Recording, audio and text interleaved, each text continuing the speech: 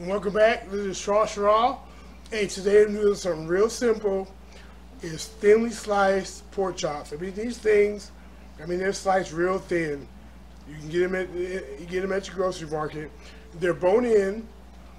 What little bone is there, but they're bone in. He qualifies. And we're gonna give it a shot. Check this out. See that? Yeah. Sautéed to perfection. And I'm gonna show you how to do it. But right now, I'm gonna take a little bite. Get a little cut here on the end cap. And cut. And let's taste this out. Oh, we gotta test it. Check it out. Oh,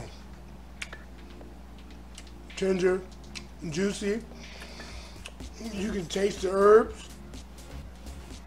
Oh my goodness. Try this recipe. I can guarantee you're gonna like it. Right? Because I'm loving it. And yeah, I want to take another bite so bad. I just want to grab the whole thing and just caveman it. But I'm not going to do that. You try the recipe. I know you like it. This is Raw. I am out. Like, comment, and share. Hey, and come back because I got more for you. Just watch. All right, so we have our pork chops. These are thinly sliced pork chops. We're washing them in some water and lemon juice. You know, a lot of people say, don't wash your meats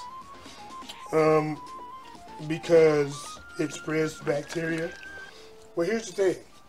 When you're buying cut meat, especially bone-in cut meat, you're going to have bone shavings and debris on it. So you want to get it off. Nobody wants to eat that. So you need to be mindful of that.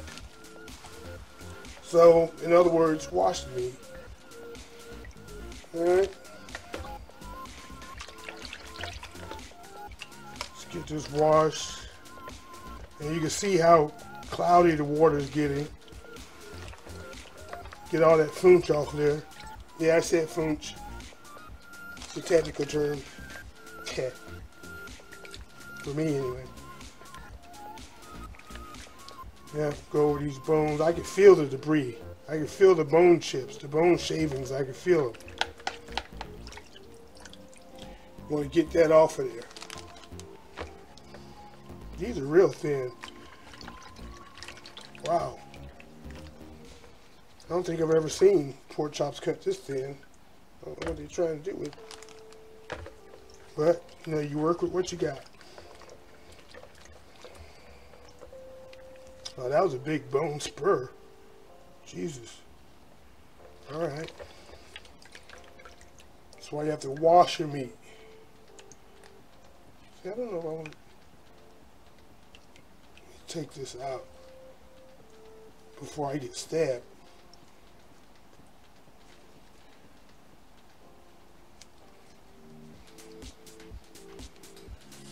Oh man, see that? Can you see that okay?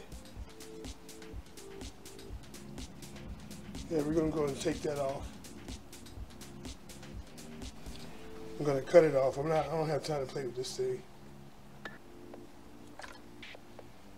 Yeah. Yeah, this last thinly cut chop in here. Got the bag for the marinade. Look at this. Look at that water. You want to eat that? You don't want to eat that. That's why you want to wash your meat, man.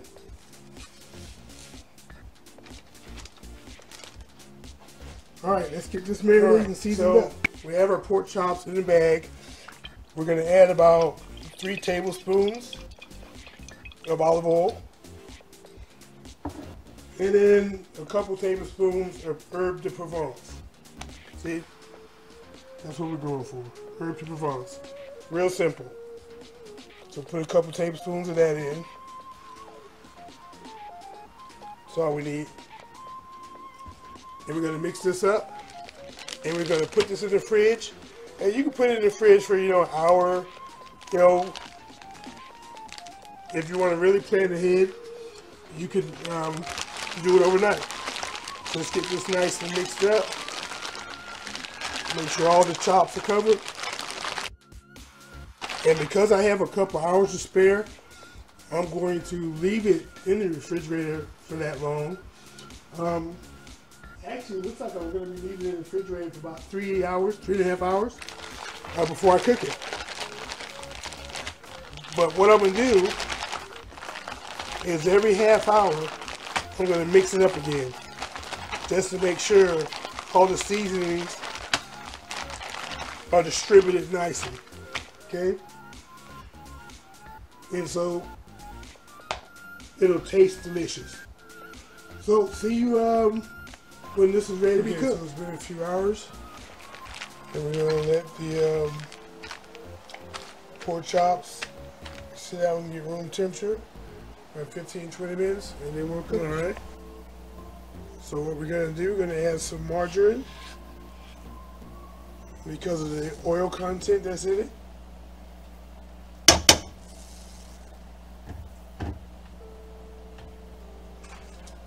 All right, let this get melted. And remember, from the marinade, the olive oil in it too, so that should help cook it as well. I have the pan on medium right now. And that's what we want. Now start adding the pork chops. About 4 minutes on each side, I would say. You don't have to move them, just look at them. Make sure they get a nice fry on them. Alright, so 4 minutes. And turn these over.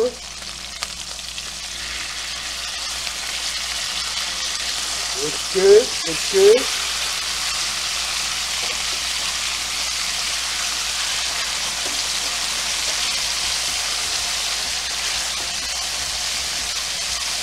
You give that side 4 minutes.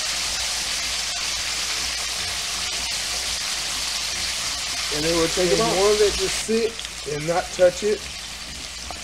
You ever notice when you're frying meat or cooking meat, you put the meat in the pan and then you want to move it around when it all sticks? Because you moved it too soon. You want to give it at least 3.5 minutes before you try to move it, because the protein of the meat will caramelize and it will release itself from the pan and you'll be able to move it freely. So just remember that if you're going to move meat and it sticks to the pan, whether it be steak, chicken, or whatever, you moved it too soon. Leave it alone. Let it cook. Okay, so now it's time to put it on the rack. Okay.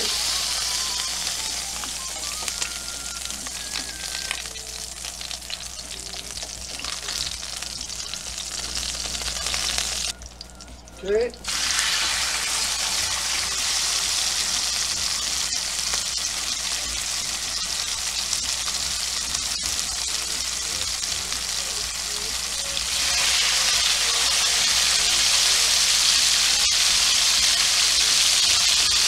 There we go. Let this cook 4 minutes. Right, you can see it browning around the edges. It's been 4 minutes. Let's turn this guy over. Turn this guy over.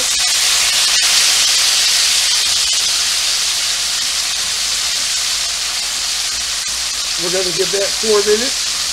And you notice it didn't stick because we didn't touch it. So give this 4 minutes. Okay, so now I'm going to add some of the other ones to the pan from the first fry.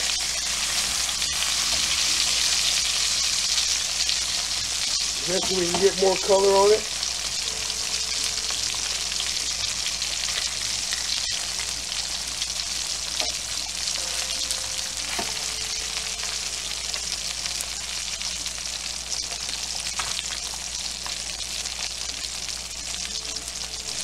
You know, you want the color of your meats to match, especially if they go into the same table.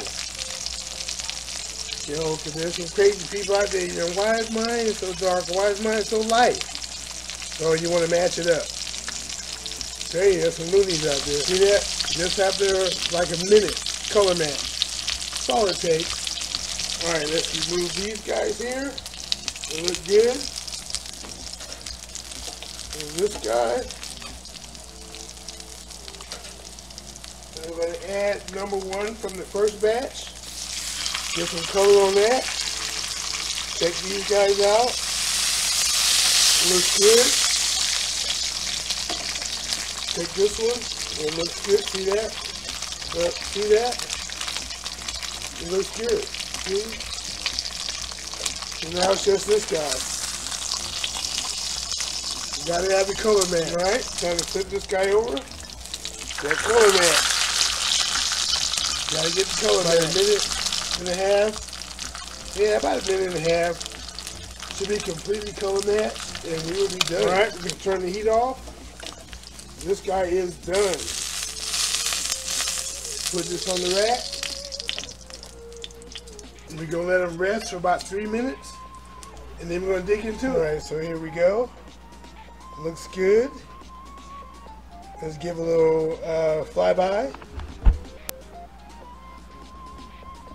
See what we got. Well, thinly sliced pork chops. Sautéed in a pan. Use our herbs de Provence. And we're going to get this guy right here on the end. That's what we're going for a taste test.